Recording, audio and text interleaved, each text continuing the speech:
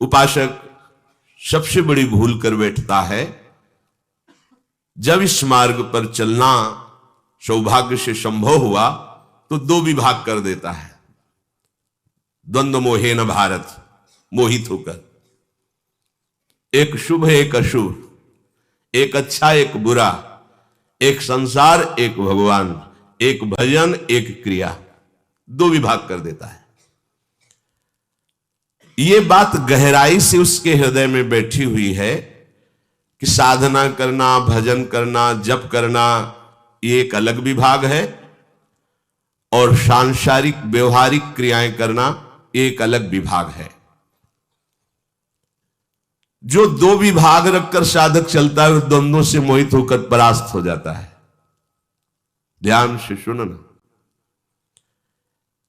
कारण कि माला और नाम जप उसको तो समझता है भजन,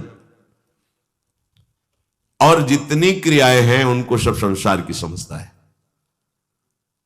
बिगड़ गया साधन पथ, क्योंकि हमारी वृत्तियां संसार में ही पूर्व से लगी हुई है।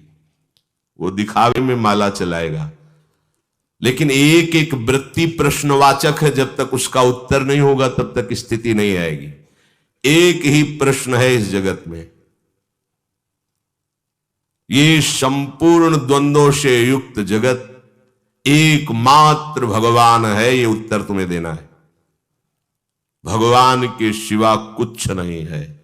जब तक हर एक वृत्ति का उत्तर आप ये नहीं दे दोगे, तब तक आपकी माला से चलाने से ये इच्छा और द्वेष और द्वंद्वों का सम्मोह ये नहीं छूटने वाला।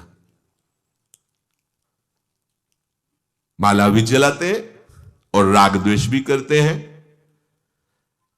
श्रम जनित शारीरिक क्रियाओं से तो बचते हैं, लेकिन असाधन जनित क्रियाएं खूब आराम से हो रही। ये बड़ा सूक्ष्म विषय है। बैठे बैठे परदोष दर्शन, परदोष कथन, सबके प्रति कहीं ना कहीं गुणदोष की भावना, राग द्वेष की भावना बाहर निकले तो हमारी नाक में गुस्सा रखा हुआ है। सबको हे दृष्टि से देखना, क्या साधना हो रही, क्या भजन हो रहा है। एक क्रिया मात्र ही तो भजन की हो रही। काम क्रोधादि की वृत्तियां उसकी बढ़ ही जाती हैं, वो जांच नहीं पाता है। एक एक वृत्ति उसकी उसके द्वंद्व मोह में फंसा रही, वो जांच नहीं पा रहा है। यही राग द्वेष में परिणित होकर के उसके भजन की वृत्ति को ढक करके पुनः विषय मार्ग में ले जा। कब तक सहोगे? निज सुख बिन मन होई कि थीरा, गिरना पड़ेगा। ये कामादि दोष आपको आकर्षित करके नष्ट कर देंगे। ऐसा नहीं कि उनको अनुभव नहीं होता, होता है, पर विवेक सही होने ना होने के कारण निर्णय नहीं कर पाते। कर्मठ कठिन सशल्य नित सोचत शीस धुनंत, श्री हरिवंश जो उद्धरी सोई रस रीत सुनंत। सोई रस रीत सुनंत अंत अनसहन करत तब, जब जब जियन विचार सार मानत मन तब तब। छिन छिन लोलुप चित्त समुझ छाड़त ताते सठ, करत न संत समाज जिते अभिमानी कर्मठ।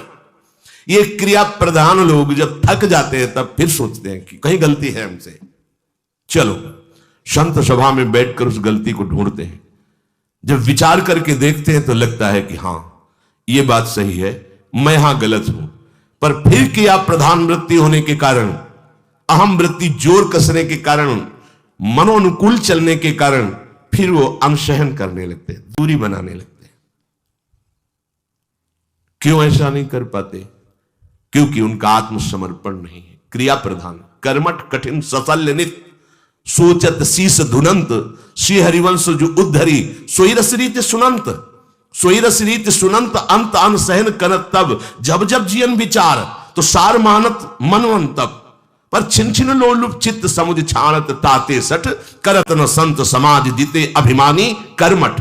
क्रिया प्रधान मनमुखी आचरण और अभिमानी, ये दोनों एक ही बात है। अंतर से ये दो शब्द कहने को लग रहे हैं, लेकिन अंतर में देहाभिमान से ही मनमुखता की पुष्टता होती है। उपासक को चाहिए कि इस भावना का त्याग कर दे। बहुत बड़ा दोष है भगवत प्राप्ति में। भारी अनर्थ आगे चलकर पैदा हो जाएगा। पर वो अनर्थ को अनर्थ समझे तब ना हो, तो अनर्थ को ही अर्थ समझता है, अनर्थ को ही सुख समझता है। ये माया की ऐसी आसक्तिमयी वृत्ति है